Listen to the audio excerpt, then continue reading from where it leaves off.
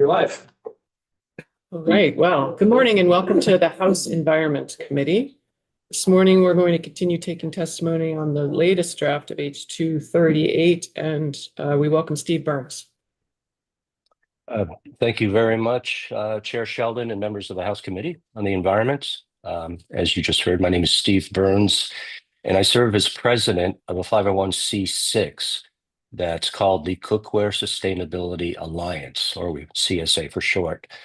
And the mission of the CSA is really very simple. We provide science-based information about the safety of cookware for products, for consumers and policymakers alike. And our priority is both to educate and to advocate, because obviously as makers of cookware, we believe strongly that public health and policies around public health should be guided by strong science, because that is an important guiding principle for us.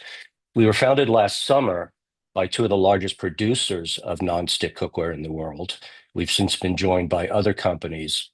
And I have to be candid with you, you didn't hear from us, you didn't see us last year as you were working through PFAS legislation. And there's a simple reason for that.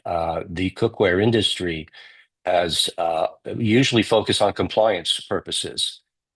They want to make sure naturally that all of the products they make above everything else are safe for food contact or for consumers, and they don't have a long history of engaging in legislation or regulation. But that has changed, obviously, when we formed our CSA last summer, and states around the country, including your great state, began introducing PFAS. Some were just registrations, some were labeling, and of course, many began banning different PFAS products.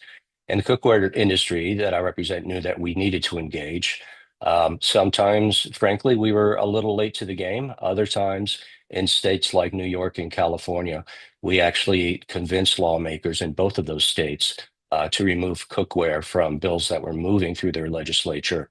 And it's that engagement that is driving my testimony today. And I know that you heard from Chris Correnti a couple days ago, the president and CEO of AGC America. And Chris went into great detail about fluoropolymers, which is the chemical that I'd like to focus on. And I know that Chris also reminded you that there are 14,000 PFAS group chemicals. But fluoropolymers, which are what creates the nonstick product in cookware, it used to be called Teflon many years ago. We've moved away from that label. We call it fluoropolymers. There's some really essential facts about fluoropolymers that I'm just going to spend a minute or two to run through for you. The first is that they're up to 1,000 times longer and heavier than a PFOA or a PFOS molecule. And the result of that is they pass directly through a human body. Fluoropolymers do not bioaccumulate. This is an important one. They're not water soluble. They cannot enter the drinking water system, which is how many of the PFAS chemicals of concern are reaching human beings. Fluoropolymers cannot bind themselves to water. They cannot bind themselves to organic matters, as a matter of fact. They don't have the alkyl groups of hydrogen and oxygen at the end of their chain. And because of this, they are simply inert. They do not attach themselves to anything. And the final point that I'd make, which is the most important point of all, is that they are non-toxic. And they have been proven by multiple independent studies and shown that when ingested by either, by lab testing animals or humans, that there is no toxicity whatsoever.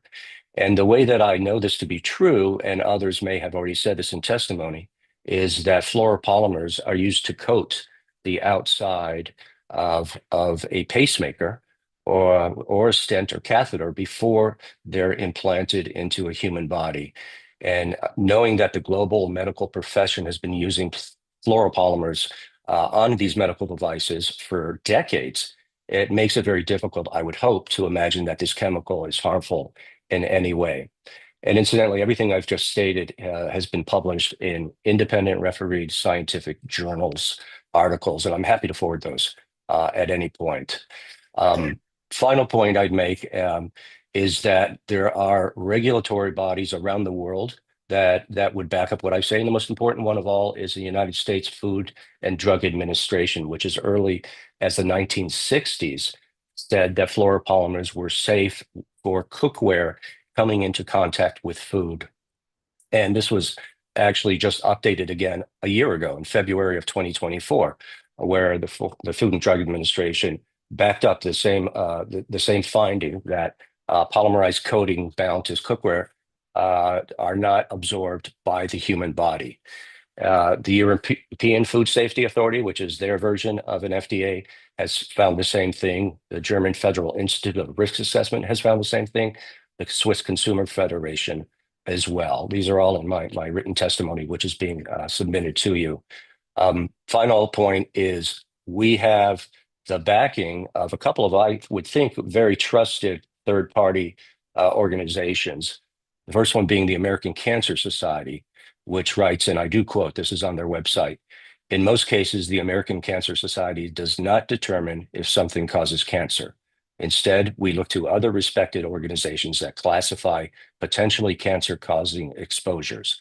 While some PFAS can be used in making some nonstick coatings, they are joined together in large molecules or polymerized and are tightly bound to the cookware, according to the FDA. And finally, the Environmental Working Group, I think many of you would be familiar with the EWG, a very well-respected environmental organization, writes this about nonstick cookware on their website, quote, "Even though it's always been the poster child for PFAS exposure, this cookware is not anticipated to be a major source of exposure." It's on the EWG website. Exactly. So I focused Did we and I lose wanted to all focus. internet? I'm sorry? He's still going. Yeah, we're Still going. Can you hear me? Can we get his audio? Yeah, so that Yeah. means, Testing, 1, 2, testing. Testing, no? You It's can't just hear? our screen that went down. well, except we can't hear him either. Yeah. No, but I think on YouTube you can. Hello, testing, 1, 2, 1, 2, testing, Seems to have paused. testing. It's fun. Hello, testing, testing.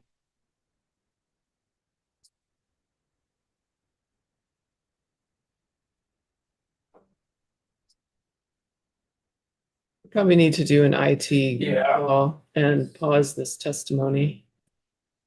If you're able to quickly message him, he's quite confused. I am messaging. Oh, good. Thank you. So I think what we'll do is. Can you hear me? Testing? Whatever level of live we're still on.